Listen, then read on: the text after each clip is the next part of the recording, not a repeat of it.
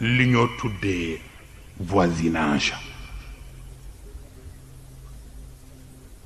gis ngeen ni alquran sonne ci wàllu dëkkaale.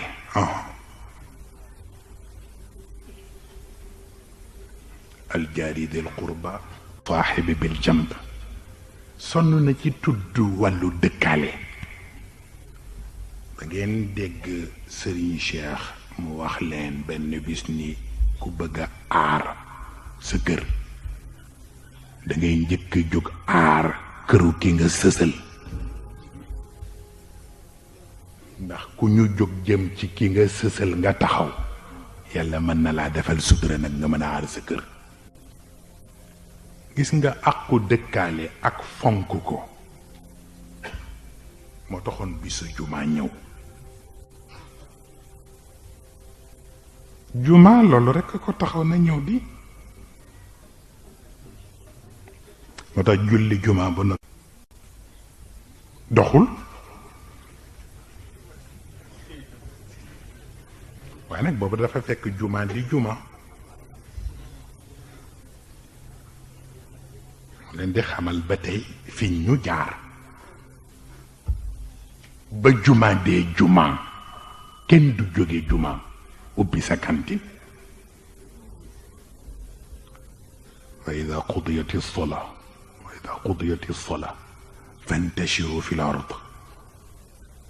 wabtagu min fadlillah. lu mu firi lu mu firi firiwul ubbiwaat sa kantin wabtagu min fadlillah. te mooy ki nga dëkkal te liggéey bi tax du ngeen gise. bu fajaree nga xëy mu xëy booy ñëw di guddi moom it muy guddi te du ngeen gise du ngeen seqante. yàlla ne àjjuma nag ma leen ko may ndax ku julli ba noppi ña nga am ñëpp te daanoo leen gis ci semaine bi nga mën a wër kenn ku ci ne ni ko salaamaaleykum. liggéey bi de moo ñu jàpp gis nga semaine bi boobu ba tey gisewuñu moo taxoon ne comme tey am nañu bi fursa ma ñëw nuyu la. naka nga def ak semaine bi naka njaboot ji ñaari baat ñett boo fa jógee dugg oto bi dem ca beneen quartier ba amoon naa fi sama mbokk fii de waaw baal ma de xanaa semaine bee xawoon na xat ma ne woon naa fi jaar te rek gis la na nga yendoog njaboot ji na ngeen def ak coono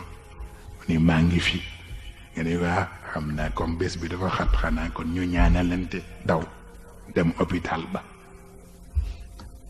mbokk moo dégg ni feebar na tëdd fa nga jaar ca lalam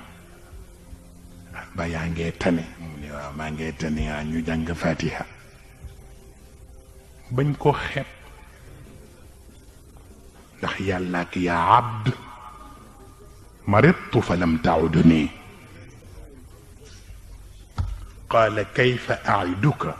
wa anta rabbul alamin قال مرض عبدي فلان أما علمت أنك لو عدته لوجدتني عنده ولا sunu borom mu ni jaam bi daal yow daal yaa sàggan sama jaam mu ni ko sunu borom ci nan mu ni ko ba ma feebaree ba léegi seet si woo ma sunu borom ay wax de mu ni ko yow sunu borom nga feebar mu ni ko waaw loolu nu mën nekkee mu ni ko sama jaam beneen sangam te xam nga ko mu ni ko feebar na te seetiwuloo ko te xamuloo ne boo demoon di ko seeti rek fekk ma fa. waaw noonu hôpital ba jóge hôpital ba dem prison ba waaw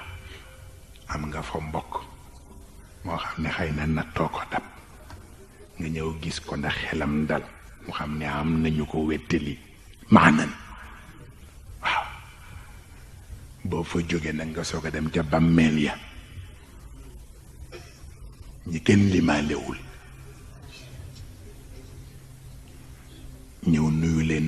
yiw na ko yonent bi daan defe waaw ah yéen a ngay tëdd nii rek waaye du ngeen weet naam ñu ngay ñëw léegi dégg loolu naam du ngeen weet ñu ngay ñëw léegi yonent bi di ko wax waa bammel yi xam nga kooku ragalul dee boobu moo amoon bu jëkk moo taxoon ñu def yowmal gumaa wabtagu min fadlillah mooy loolu waaye léegi biñ ñu bëggee yàq fexe nañu ba dootuñu appliquer sunu diine sunu juma boo demee jàkka ja ñëw jeexal nga ca donc li nga amoon comme jour de repos dimanche ko wecc te dimanche ji nag ñoom lañ la ca jàngal mooy demal doxantu ji lañ la ca jàngal mooy jëlal say waa kër ngeen dem ca géej ga lañ la ca jàngal nag mooy tëjul nag dangaa sonn bu la kenn gis muy man di keneen loolu lañ ñu ca jàngal waaw axasib alif laam miim axasiba annaasu an yutraku an yaqulu amanna wa hum la yuftanuun